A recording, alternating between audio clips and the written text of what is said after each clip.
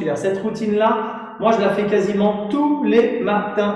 Et ouais, depuis le mois de novembre, parce que quand on rentre dans l'hiver, j'ai besoin de cette routine pour que mon corps soit suffisamment chaud, parce que dehors il fait 0 ou 1 degré, et ben voilà, il faut le mettre en place, et on a tendance un petit peu à rouiller et à se reposer, à faire moins l'hiver, ce qui fait que ben, on a plus de douleurs, ok? L'idée de faire cette routine, c'est d'éviter des douleurs chroniques au niveau des articulations. Là, on est donc sur la zone lombaire. Je viens inspirer, mon ventre gonfle, donc mon dos se creuse. J'expire, je chasse l'air au niveau de mon ventre et je commence à pousser au niveau de mes vertèbres lombaires. Donc je pousse sur les vertèbres lombaires. Là où il faut être vigilant, c'est à bien maintenir toujours les bras tendus. Une fois que j'ai poussé les vertèbres lombaires, je pousse dans les dorsales et je finis par les cervicales. Je relâche, j'inspire. Je cambre le dos, je gonfle le ventre. J'expire, regardez bien, je pousse. Je rentre, vous voyez bien que c'est au niveau de mon bassin que ça se passe, et ensuite de mon dos, puis je finis sur pied.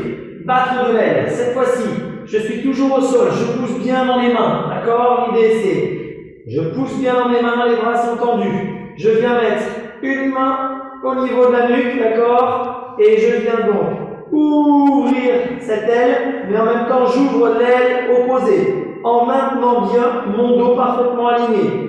Et je relâche, je souffle. J'inspire et je relâche. J'inspire et je relâche. Vous voyez? Donc là, on vient travailler cette mobilité articulaire au niveau de l'épaule, au niveau du dos, et la mobilité articulaire au niveau des hanches. Mouvement suivant, donc, le gainage. Donc je viens tendre mon bras, tendre ma jambe, tendre mon bras, c'est mieux.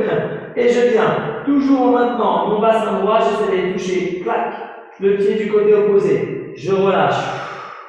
Ok? Je reste bien droit dans l'axe. Rotation.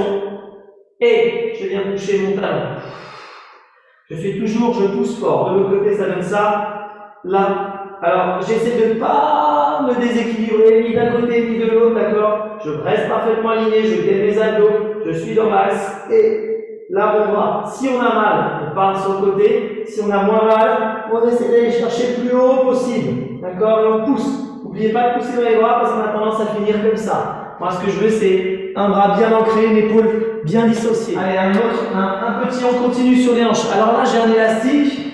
Pas nécessaire. C'est un élastique qui est assez difficile. On n'a pas besoin d'avoir un élastique. Mais je vous montre l'exercice avec l'élastique et je vous montrerai l'exercice sans l'élastique.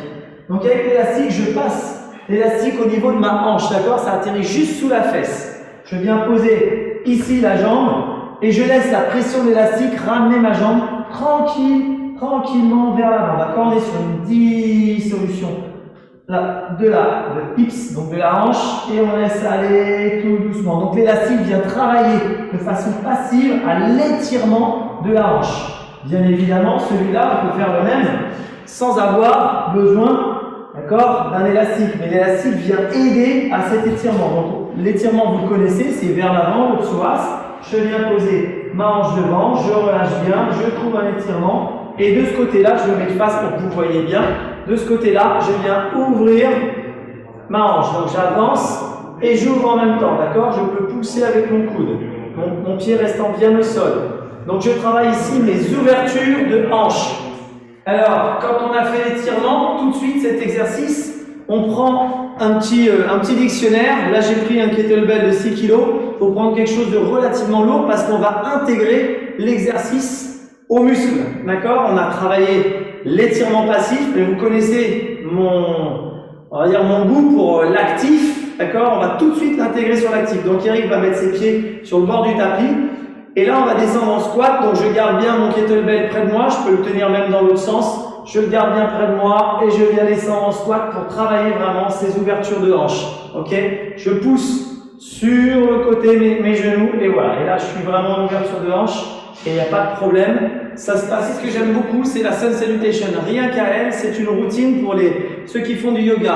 Mais moi, je la fais pas au complet. La Sun Salutation, donc c'est la salutation au soleil. Je vais la faire de profil et je vais la faire de face. Je viens ici tout simplement squatter ce qu'on vient de faire. Le squat, je viens mettre mes mains au sol, je laisse avancer mes mains, d'accord? On va dire, voilà, de toute façon, ce que je sois quasiment en planche, j'avance légèrement vers l'avant, Et l'idée, c'est de venir pousser vers l'arrière et d'emmener ma tête, d'accord, au milieu de mes épaules. Je peux garder mes jambes fléchies comme je peux garder mes jambes tendues, mais ça dépend de la souplesse qu'on a. L'idée, c'est d'avoir un dos plat, d'accord, d'essayer d'avoir le dos le plus plat possible. Là, je suis sur le premier mouvement de la Sun Salutation, ok? Juste après, je viendrai avancer ma jambe, et c'est donc l'exercice qu'on avait fait avant, l'étirement du psoas, et j'ajoute ici une rotation. Je peux essayer de garder ma jambe tendue sans genou posé au sol. Rotation, ok, je reviens, je ramène vers l'arrière, je me refais un petit Sun Salutation et j'avance mon pied de l'autre côté, je garde ma jambe tendue, rotation, ok, et je reviens. Là, bien chercher l'étirement, bien relâcher. Alors, je vais le faire de face directement pour que vous puissiez bien voir comment ça se passe.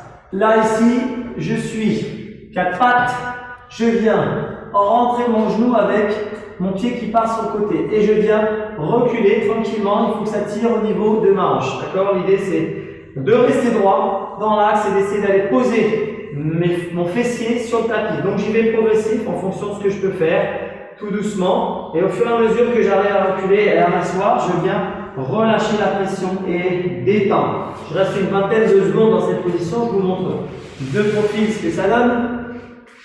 Là, donc 4 pattes. Je viens donc croiser. J'avance un genou et je vais reculer. L'idée, c'est d'essayer de venir poser le fessier sur le côté. On a tendance à faire ça, mais ça, c'est pas bon. Ok? On reste toujours droit et on va à mesure de ce qu'on peut. D'accord? En restant droit. L'idée, c'est que ça tire, ça relâche, ça étire notre